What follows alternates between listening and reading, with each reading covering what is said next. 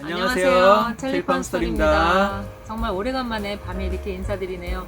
오늘도 너무너무 더운 하루였는데 이렇게 또 밤 되니까 선선한 바람이 불어서 이렇게 또 저희 둘이 오래간만에 또 여러분들과 대화하려고 나왔습니다. 오늘 나눌 대화 내용은 무엇인고 하니 또 구독자분께서 또 저희에게 또 의뢰를 하셨고 또 많은 분들이 궁금해 하시더라고요. 집을 지을 때 가장 중요하게 생각되는 점. 그러니까 저희 주관적인 입장에서 한 6가지로 나누어서 오늘 저희 부부가 한번 이야기를 나누어 보려고 합니다. 그래서 이분의 전문가이신 오늘 굉장히 바쁘신데도 불구하고 이렇게 충북 영동까지 내려오셨어요. 이름은 제가 잘 모르겠어요. 그냥 첼리파머님이라고 부르는데 오늘 이렇게 어려운 걸음 해주셔서 너무너무 감사합니다. 네, 안녕하세요. 네, 반갑습니다. 안녕하세요. 네, 반갑습니다. 오늘 어떤 내용이신지 이미 알고 오셨죠? 그럼요. 예. 네, 그럼 제가 일단 우리 구독자분들께서 시간이 없으세요. 그러니까 빨리빨리 전화하는 식으로 할 테니까 거둠지 마시고 차분하게. 긴장 안 하셨죠? 아니, 저는 긴장 안 예. 했을 때 그쪽에서 좀 제가 더 긴장이 됐는데 그래서 집을 신축할 때 제일 가장 중요하게 여기는 점 저희 주관적인 생각에서 말씀드리겠습니다. 첫 번째는 그 입지 조건이 굉장히 중요하다고 생각이 들어요. 어떠신가요? 전문가적인 입장에서. 제일 중요한 게 입지 조건이죠. 땅이잖아요. 네. 땅을 어떻게 구할 거냐가 제일 중요한데 누구나 다 아는 문제 아닌가요? 입지 조건이 제일 중요한 건 배산 임수. 너무 좋죠. 근데 그런 땅은 어마어마하게 비싸다. 비싸죠. 그렇죠? 저희도 그래서 못 샀죠. 네, 배산 임수. 그 다음에 방향. 대문을 남편에 놓을 수 있는 구조의 땅이냐. 배산 임수의 방향이 남향이냐. 금상첨화고 어마어마하게 가격이 이런 땅은. 그러면 저희 첼리팜 농장은 다 좋은데 땅 집도 남쪽으로 앉힐 수 있고 그 다음에 다 좋은데 물이 이제 1년 내려는 쫄쫄쫄르는 일이 있긴 있어도 그런 경치적 물이 아니라는 거. 그렇죠. 산은 다 둘러싸여서 너무 좋은데 그래서 일단 입지 조건을 좀 보셔야 될 것 같아요. 그게 가장 저희가 경치를 보면서 또 살잖아요. 자연과 함께 사는 전원생활 하는 묘미가 또 자연과 함께 사는 건데 그런 좋은 또 경치를 또 보면서 사는 것도 중요하다고 생각이 들어요. 배산 임수 중에서 다 갖출 수는 없잖아요. 그러니까 한 가지를 빼자면 제 생각은 술을 빼겠어요. 저는 술을 택하겠어요. 저는 수가 좋아요. 그게 왜냐하면 습해질 수도 있거든요. 굉장히 땅이. 그래서 눅눅할 수 있어서 저는 그걸 다 갖출 수는 없으니까 택한다면 저는 배산을 택하고 물을 좀 피하고 싶어요. 두 번째는 이 땅을 구할 때 좀 신중하게 천천히 구하셔서 팁을 하나 말씀드리자면 꼭 겨울에 그 땅을 보셔야 돼요. 어차피 시골 땅 빨리 안 팔려요. 그리고 기계 시간 가져서 충분히 생각하셔도 그 땅 다른 데 안 가거든요. 그러니까 그 땅을 질질 끌어서라도 시간을 좀 길게 잡으셔서 꼭 겨울에 가서 보셔서 일조량이 어떤지, 볼바람이 안 드는지, 얼음은 잘 녹는지 꼭 확인하셔서 그러셔야 돼요. 이 1년 중에서 겨울이 시골에서 제일 살기 힘든 시기거든요. 추워서. 그러니까 꼭 겨울에 너무 눈이 얼어서 차들도 못 들어올 수도 있잖아요. 언덕지고 언덕이 중간에 있는데 겨울에 보면 아무것도 안 들어오거든요. 그리고 굉장히 힘들어요. 저희 같은 케이스가 차가 들어올 때 얼어서 못 들어오기 때문에 꼭 들어오다 매일 눈만 오면 비상이 돼서 쳐야 되거든요. 그런 걸 잘 생각하셔서 감수할지 안 할지 판단하셔야 되기 때문에 이런 것들을 생각하셔야 될 것 같습니다. 예, 정말 중요한 점을 이렇게 또 우리 전문가님께서 말씀해 주셨으니까 잘 들으셨죠? 그리고 두 번째는 인프라 구축인데 정말 저희가 살 때 뭐 나는 자연이다 그렇게 살 건 아니잖아요. 그럼 어느 정도의 편의시설도 있어야 되고 여러 가지 또 갖춰야 될 인프라가 있어야 되는데 그거에 대해서는 또 어떻게 또 생각을 하시는지. 그쵸. 인프라 너무 중요해요. 왜냐면 자연만 보고 살 수 없고 그냥 나무 떼 가지고 장작불 붙이고 초롱불 켜고 살 건 아니니까 꼭 인프라가 어느 정도 구축이 되어 있어야 현대 생활을 영위할 수 있잖아요. 제일 중요한 게 일단 접근성. 이 차가 내 집 앞까지 들어와야 뭐 집을 짓거나 아니면 무슨 뭐 수리를 하거나 뭐 시멘트를 실어오거나 레미콘이 들어오거나 저희 집 같은 거 레미콘이 못 들어오거든요. 이게 굉장히 불편해요. 레미콘이 못 들어오는 게. 그러니까 그런 걸 감수할 퍼센트를 생각해야 돼요. 경치가 너무 좋은데 레미콘은 못 들어오지만 그래도 덤프트럭은 들어올 수 있어서 릴레이 하면서 그 건축 비용이 좀 더 들어가겠지만 내가 그렇게 짓겠다. 아니면 레미콘이 쑥쑥 들어오는 큰 길가에 집을 짓겠다 이런 것도 생각하셔야 되고, 그러니까 도로에 대한, 그 다음에 중간에 이 도로가 맹지가 껴있냐 안 껴있냐, 나중에 굉장히 큰 싸움이 될 수 있거든요. 맹지가 있는 땅을 사게 되면. 그러니까 맹지가 아니냐. 두 번째, 전기시설이 내 집에 들어올 수 있냐 없냐. 기존에 내가 사는 땅이 농지였으면 거의 거기에 농업전기가 들어와 있을 거예요. 그러면 거기서 내가 가정용 전기를 하나 더 따는 건 아무 문제가 안 돼요. 근데 저는 생땅, 임야일 경우는 최소한 전기는 들어와야 되는데, 이게 릴레이에서 전기를 끌어오더라도 마지막 전보산대에서 내가 살고자 하는 곳까지 한 2개, 많으면 3개 안에 끝나야 돼요. 이게 더 이상 길어지게 되면 돈도 돈이지만 힘들어지거든요. 나중에 인터넷 끌어올 때도 힘들어지고, 전보산대하고 관계 있어요. 인터넷 끌어오는 게 인터넷 없이 살지 못하잖아요. 그러니까 저희도 좀 애먹지 않았나요? 굉장히 처음에 들어와서 인터넷 끌어오기가 상상하는 금액보다 더 많은 돈을 네. 지불해야 인터넷이 들어와요. 그래도 꽤 많은 비슷한 비용을 들고 인터넷을 끌고 왔거든요. 그러니까 그런 것도 생각하실 때 보면 한 2개, 많으면 3개까지는 전기시설을 할 때 그 정도 거리는 되냐를 생각하셔야 살 집이라면. 그 다음에 세 번째, 수도, 먹을 물. 제일 중요한 거, 제일 좋은 거는 상수도가 어느 정도 거리에 있어서 내가 끌어올 수 있는 거리에 있다. 조금 비용을 내서 몇백만 원, 한 100만 원, 200만 원 들여서라도 상수도를 끌어올 수 있으면 상수도 끌어오는 게 제일 좋아요. 두 번째, 보통 시골은 마을 상수도가 많이 있거든요. 오지로 들어가게 되면 마을 단위로 계곡에 큰 투수장이 있고 마을까지 물을 끌어와요. 그 주간에서 내가 따서 내 집에 끌고 오면 되거든요. 생각은 너무 쉽잖아요, 이렇게. 근데 여기에 굉장히 많은 함정들이 있어요. 이 물을 그냥 끌어오는 게 아니거든요. 이 물을 끌어오기 위해서 그 마을 사람들은 협의가 돼야 돼요. 이 금액이 어떨 때는 100만 원이 될 수도 있고, 어떨 때는 500만 원이 될 수도 있고, 어떤 때는 일체 못 준다는 환경이 될 수도 있고, 이거는 내가 그런 환경이라면 이장이라든지 충분히 먼저 상의하세요. 땅을 사기 전에 이걸 계산해 보시고 땅 덮어 사놓고 집 짓고 난 다음에 물 끓으려고 그럴 때 문제 돼버리면 정말 골치 아프거든요. 처음에 아예 계약을 해서 그 이장님하고 동네분들하고 그러면 100만 원이 100만 원, 아니면 50만 원, 50만 원 합의를 하신 다음에 집을 지어야지, 도장 찍어놓고 집을 지으셔야지. 집부터 지어놓으면은 이거는 한없이 금액이 올라갈 수도 있어요. 그러니까 굉장히 조심하셔야 되고, 그럼 내 관정을 파지 생각하시는 분 있잖아요. 관정 파는 비용 만만치 않아요. 그래도 심정을 파야 되거든요. 그 물을 먹을 물 정도 뽑으려면 100m 이상을 파셔야 돼. 근데 그게 800만 원 정도 들어요. 최소한 금액이. 그렇다고 해서 팔 수 있냐? 내 평수가 땅이 넓어서 2000평 정도가 되면 그래도 어느 정도 한 군데 나올 확률이 높아요. 있어요. 근데 그 평수가 안 되고 내가 집을 샀는데 대지를 샀으니까 한 200평 샀다. 이럴 때는 안 나올 확률이 나올 확률보다 더 높아요. 땅만 파놓고 그냥 가요. 물 없어요. 그리고 가버리신다고요. 저희도 한 3번 정도에서 성공했죠. 네. 그렇기 때문에 꼭 물을 해결하시고 들어오셔야 돼요.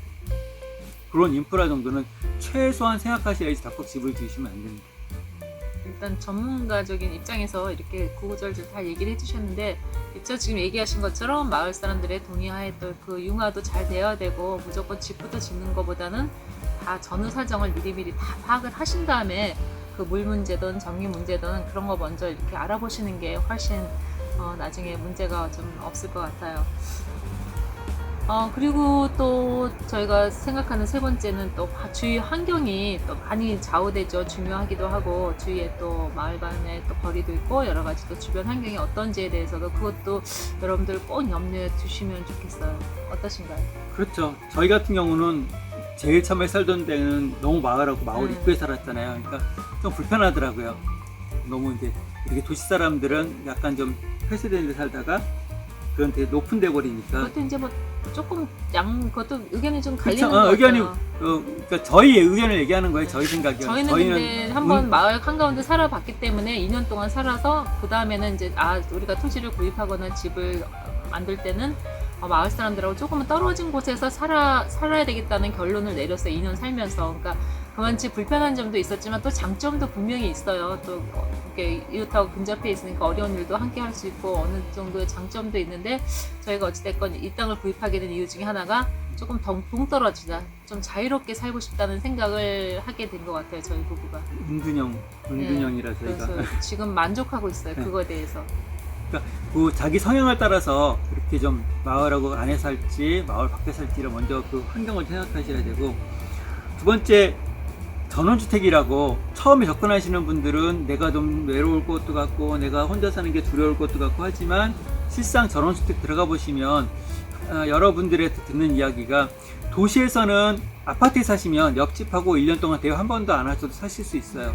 그리고 내가 들어와서 살면서 이사 가기 때까지 옆집에 사는 사람이 누군지도 모를 수도 있어요. 바로 같은 엘리베이터 타고 와서 양옆이더라도. 근데 전원주택은 그게 가능하지가 않아요. 그냥 담이 오픈되어 있기 때문에 여집에 누가 손님이 왔나 보다 뭐가 왔나 보다 서로 오히려 굉장히 속속들이 서로 부딪히면서 살아야 돼요, 앞에 집들하고. 그런데 도시에서 살던 자기의 그 잘난 척, 자기의 위신, 이런 것들을 막 내세우는 사람들이 한두 명 끼기 시작하면 굉장히 복잡해져요, 삶이. 더 스트레스가 막 이빨이 막 그 사람들 잘난 척 다 들어줘야 되고 힘들어져요. 그래서 저는 오히려 조금 고생하실지언정 전원주택 단지보다는 조금 떨어진 데서 개인적인 삶을 개척해 나가시는 게 좋다고 제 생각은 그래요. 저도 같은 생각인데, 왜 도시는 이웃이 뭐 조금 저기 불편하면 이사 가면 되고, 그렇게 자기 집 아닌 이상에는 뭐 2년에 한 번씩도 바꿀 수도 있는데, 시골에 이렇게 살아보니까 정말 이웃 하나 이렇게 잘 만나는 것도 굉장한 복이고, 그러니까 전원주택 단지 예를 들면 그 이웃 하나 잘못 만나서 계속 불화가 있으면 그 삶의 질이 굉장히 떨어질 것 같아요, 제 생각에는. 저 이웃 때문에 스트레스 받고, 이런 오픈되어 있기 때문에 나갈 때 봐야 되고, 밭에 뭐 상추 하나 뜯더라도 또 봐야 되고, 그런 생활을 하는 거는 정말 전원생활 저희가 정말 공기 좋고 한데, 그런 거에 괜히 저희가 스트레스 받을 이유가 없잖아요. 그래서 그런 것도 굉장히 중요하다고 생각해요, 저희 생각에는. 그리고 주변에 고르셔야 되는데, 아차하는 사이에 놓치기 쉬운 게 산 하나 뒤쪽이라든지 이쪽에 퇴비 공장이 하나 있을 수 있어요. 정말 골치 아파요. 냄새 진짜 지독하죠. 그게 겨울엔 냄새가 안 나겠지만 봄 되에 스물스물 나오기 시작하면, 눈에 보이지도 않은 몇 킬로 떨어져 있는 곳에 퇴비 공장이 하나 있으면 그 바람 방향에 따라서 산을 넘어오거든요. 그 퇴비 공장이 그 근처 한 10km 안쪽에 퇴비 공장이 있나 없나 꼭 확인하셔야 되고, 그 다음에 주변에 축사 있나 없나.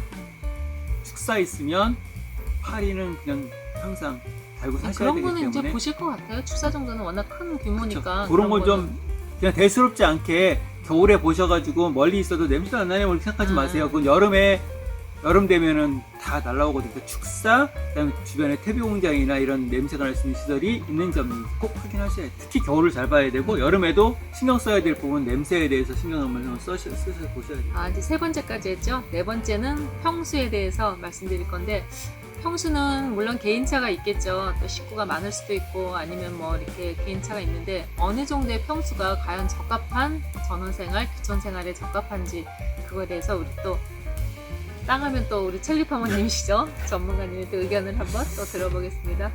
땅이야 넓을수록 좋겠지만 돈이잖아요. 그쵸? 네, 다 돈이죠. 네, 돈이죠. 땅이 더 넓다고 좋은 것도 아니고, 여러 가지 생각하는데 두 가지가 지목이라는 게 중요해요. 지목. 이 땅이 논전 밭이냐 아니면 대지냐. 대지라고 한다면, 원래 처음부터 대지라고 한다면 굳이 이거는 전원스탄 생활 전용이거든요. 그거는 한 150평, 200평이면 될 수도 있어요. 왜냐하면 거기다 집 짓고 조그맣게 정원 만들면 되니까. 근데 그런 거는 은퇴 후에 돈을 많이 갖고 오셔서 쓰시는 거고, 내가 정말 그냥 싸게 땅을 사서 내가 거기다 집을 지어서 내 삶을 영위할 때는 대지가 아니거든요. 보통 농지를 사시는 거잖아요. 그러니까 전이나 밭, 생산관리지역이나 농림지역 같은 데 사시잖아요. 근데 농림지역에서 절대농지라고 그래서 집을 못 짓는 곳이면 힘들겠지만, 그 외에 과수원을 산다든지 이런 곳 사셔가지고 내가 개발을 해서 내가 살 수 있는 거거든요. 그렇다면 최소한 500평 정도는 돼야 대지 분할을 사서 그 다음에 지목 변경을 할 수 있어요. 어느 정도 몇 프로까지 되거든요. 몇 프로까지 되는 그 지목 변경을 해서 대지를 전환을 시키고, 대지 전환한 데에서 다시 몇 평의 용적률을 가지고 집을 지으면 되거든요. 그러기 위해서 최소한 도로 내가 길을 끊고 이만큼 텃밭 만들고 구조를 생각했을 때 500평은 돼야 딱 집 짓는 것만 생각하시면 안 돼요. 집이 30평짜리 짓는데 굳이 내가 집이 대지가 100평이 필요하냐, 200평이 필요하냐. 저 앞에 도로가 있어요. 내 집은 여기다 지을 거예요. 그럼 여기만 대지 못 만들거든요. 전체 끊어서 대지를 만들어야 돼요. 그러면 3분의 2 정도는 전체 대지로 바꾸셔야 집을 짓고 허가가 나와요. 왜냐면 그 대지하고 내 도로가 인접해 있냐예요. 도로가 인접해 있지 않으면은 도로와 대지가 붙어 있지 않으면 건축허가 안 나오기 때문에 대지 전환을 도로 붙은 곳서부터 내가 집을 지을 곳까지를 끊어야 되기 때문에 보통 뒤쪽에 안 친다고 치면 뭐 150평이 될지 200평이 될지 몰라요. 그렇게 끊어내고 이쪽에다가 텃밭을 만들어야 되기 때문에 굉장히 이게 최소한 500평, 400평, 500평은 돼야 내가 끊어내고도 조금 텃밭 200평 넘을 것 같죠? 조금 해보면 넓지도 않아요. 근데 이제 여자분들은 풀과의 그 전쟁 때문에 너 텃밭 넓지 않아도 된다 그래서 이제 작게 생각하시더라고요. 300평이면 200평이면 그러는데 근데 저희가 살아보니까 뭐 창고도 마련해야 되고 때로는 뭐 동물들도 안 키우던 강아지라도 키우려면 여러 가지 공간들이 생각보다 내가 생각했던 것보다 많이 필요하더라고요. 또 조그만 남자들 뭐 작업 공간도 있어야 되고 여러 가지가 필요해요. 예상치 못한 공간이 필요하면 그때 가면 약간 후회할 것 같아요. 너무 빠듯하게 하는 것보다는 그래도 지금 저희가 생각하는 것처럼 최소한 500 여건이 되신다면 최소한 500평 정도는 좀 있으면 편하지 않을까. 좋을 것 같아요. 500평 정도. 전혀 저희 주관 생각, 네. 주관적인 거. 저희도 지금 이 면적이 지금 저희는 농사 가수원을 하잖아요. 가수원 2,000평인데 만일에 가수원을 접는다면 저희 생각에도 언젠가 그런 얘기를 했었는데 몇 평이면 좋을까 했는데 조금 욕심을 부려서 1,000평 정도를 저희는 생각했어요. 저희는 벌써 시골 생활을 해봤기 때문에 500평이면 뭐 좋다고 얘기는 하지만 저희 기준에 이제 뭐 여러 가지 뭐 유튜브 촬영 때문에 저희 뭐 닭장도 있고 자꾸 늘어나요. 지금 사실 면적이 저희가 지금 뭔가를 자꾸 하는 면적들이 늘어나기 때문에 전에도 한번 얘기했는데 1,000평 정도는 있어야 되지 않을까 그런 생각을 또 했어요. 네, 맞아요. 네. 그거는 개인차죠. 완전 개인차예요. 저희는 1,000평 정도. 네 번째 평수까지 얘기했죠. 그럼 다섯 번째 저희가 다시 시골집을 신축한다면 어떤 점을 또 가장 중요하게 생각하실 것 같아요? 저는 단열이요. 맞아요. 단열. 단열이 10번을 얘기해도 정말 단열이 제일 중요한 것 같아요. 단열이 근데 제일 돈이 많이 들어가거든요. 솔직히 그 공사에도 벽 두께도 넘어지고 하더라도 제일 중요한 거는 뭐 돈에 집 지을 그 예산에 제일 중요하겠지만 좀 다른 부속적인 거 있잖아요. 꾸미는 거를 좀 덜 꾸미더라도 내장재를 좀 싼 거 쓰더라도 단열을 가장 중요시 해야 될 것 같아요. 겨울에 생각보다 춥거든요. 단독주택은 특히 겨울 이 시골은 허허벌판에 있는 집들은 더 추워요. 그래서 그 단열을 가장 신경 쓰셔야 돼요. 단열과 난방을 어떤 걸로 할 거냐에 대한 고민을 많이 하셔야 될 것 같아요. 저는 제일 뜨뜻하고 민근하게 좋은 거는 황업보일러거든요. 근데 황업보일러는 너무 지저분하고 힘이 들어요. 그러니까 나이가 좀 젊으시고 힘이 있으셔가지고 좋으신 분들은 겸용으로도 하잖아요. 그러니까, 기름하고 그래서 나무 보일러와 기름 보일러 겸용을 하죠. 그리고 이제 마지막으로 저희가 또 정리한 거는 집이 있으면 아까도 제가 얘기한 거랑 좀 겹치긴 한데 그 부속 건물들이 좀 많이 필요해요. 또 창고라든지 아니면 또 뭐 주위에 뭐 작업장이라든지 아니면 또 뭐 저온 창고도 또 갖고 계신 분들 많더라고요. 조그맣지만 작은 평수 저온 창고라든지 또 뭐가 있을까요? 또 저희 집에 개 좋아하시는 분들은 큰 게 넣을 수 있는 게장도 필요하고 닭장도 필요하고. 그렇죠. 그러니까 그거는 뭐 개인차가 있으니까 하기 나름인데 그런 건물도 좀 맨날 그런 건물이 늘어나죠. 네, 그런 것도 좀 염두에 두시면 집 지을 때 조금이나마 좀 도움이 되지 않을까 싶어요. 맞아요. 그 집을 지을 때 제가 생각하는 제일 좋은 건 적당한 외진 곳에 그리고 인프라가 그래도 어느 정도 구축돼 있어. 옛날에 시골집이라 전기도 끌어놨고 그다음에 수도도 좀 끌어놨고 아니면 거기에 관정이나 이런 거에 충분히 물도 있고 근데 아주 허름하고 쓰러져가는 집이야. 이거를 사서 리모델링 하면서 내가 사는 게 제일 좋을 것 같아요. 근데 그런 집이 없다는 게 제일 중요하죠. 그런 집이 거의 없어요. 그러니까 그리고- 두 가지로 고민하시는 것 같아요. 내가 집을 지을 것인가 아니면 있는 집을 잘 지어진 집을 살 것인가. 세 가지다. 리모델링을 할 것인가. 지금 세 가지로 그쵸. 고민될 것 같아요.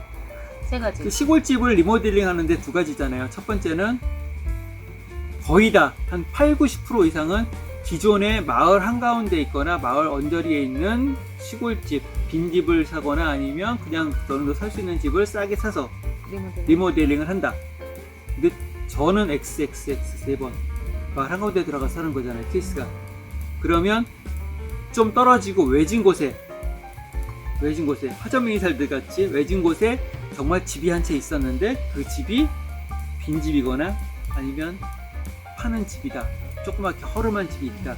진짜 제일 좋죠. 이런 데가 있으면 그런 데 사서 리모델링 하는 게 제일 좋죠. 왜냐면 거기 인프라가 다 들어가 있는 곳이고 내가 굳이 건축 설계비 들어가지 않고 그 상태에서 내가 예쁘게 구축하면 되고, 조금 더 증축하더라도 시골에서는 뭐 도시 사람들이 생각할 때는 그거 안 돼요. 그거 허가 냈어요. 뭐 하는데 실상 시골에서 살아보시면 아시겠지만 그런 거 다 필요 없어요. 뭐 누가 들으면은 뭐 저런 얘기 하냐 그럴 수 있는데 실상은 여기 와서, 왜냐면 3평이 넘어가면 창고가 짓는데 다 허가 받아야 돼요. 그러면 전국에 있는 모든 농가는 다 벌금 내야 돼요. 다 5평, 6평 자기 마음대로 다 짓고 살거든요. 거기다가 창고 짓고 뭐하고 다 해요. 그러니까 도시에서 내가 법적으로 생각한 거 따지지 마시고 조금 유두리가 있다. 시골은 그냥 적당한 선에서 해도 크게 무방하다. 그래서 저희가 오늘 나눈 내용은 많이 도움이 되셨으면 좋겠어요. 그래서 정리하자면 입지 조건과 또 인프라가 어느 정도 구축되어 있는지, 그리고 주변 환경도 참 중요하죠. 그리고 평수는 어느 정도의 평수로 또 신축을 할 것인지, 그리고 가장 중요한 또 시골집의 가장 중요한 단열을 어떻게 할 것인지, 그리고 그 외에 따르는 부속 건물도 또 생각하셔서 신축을 하신다면 조금은 덜 실패하지 않을까, 조금은 나중에 후회하지 않는 그 좋고 예쁜 집을 짓지 않을까, 그런 생각을 또 해봅니다. 오늘 전문가님께서 멀리서 오셨어요. 빨리 가셔야 된대요. 막차 타고 빨리 가셔야 돼서 오늘 빨리 보내드려야 될 것 같아요. 오늘 또 어떻게 오셨는데 아무것도 접대를 못 해드리고 죄송합니다. 얼음물이면 돼요. 더워서. 예, 조회수가 많이 나오면 제가 저녁 한 끼 네, 감사합니다. 사드리겠습니다. 예, 여러분 감사합니다. 저 저녁 좀 하나 얻어볼게요. 네, 오늘 저희 영상 또 이렇게 끝까지 시청해 주셔서 감사하고요. 재밌게 보셨는지 모르겠어요. 저희들도 종종 이렇게 이제 여름이니까 밖에 나와서 아마 찍는 그 영상들이 많이 있을 거예요. 여러분들 많이 또 봐주시고요. 요즘 날이 굉장히 무더워요. 여러분들 건강 유의하시고요. 다음 영상에서 또 만나요. 구독, 좋아요, 알림 설정 잊지 마시고요. 다음 영상에서 만나요. 안녕. 안녕. 가을에 안녕히 잘 자요. 안녕.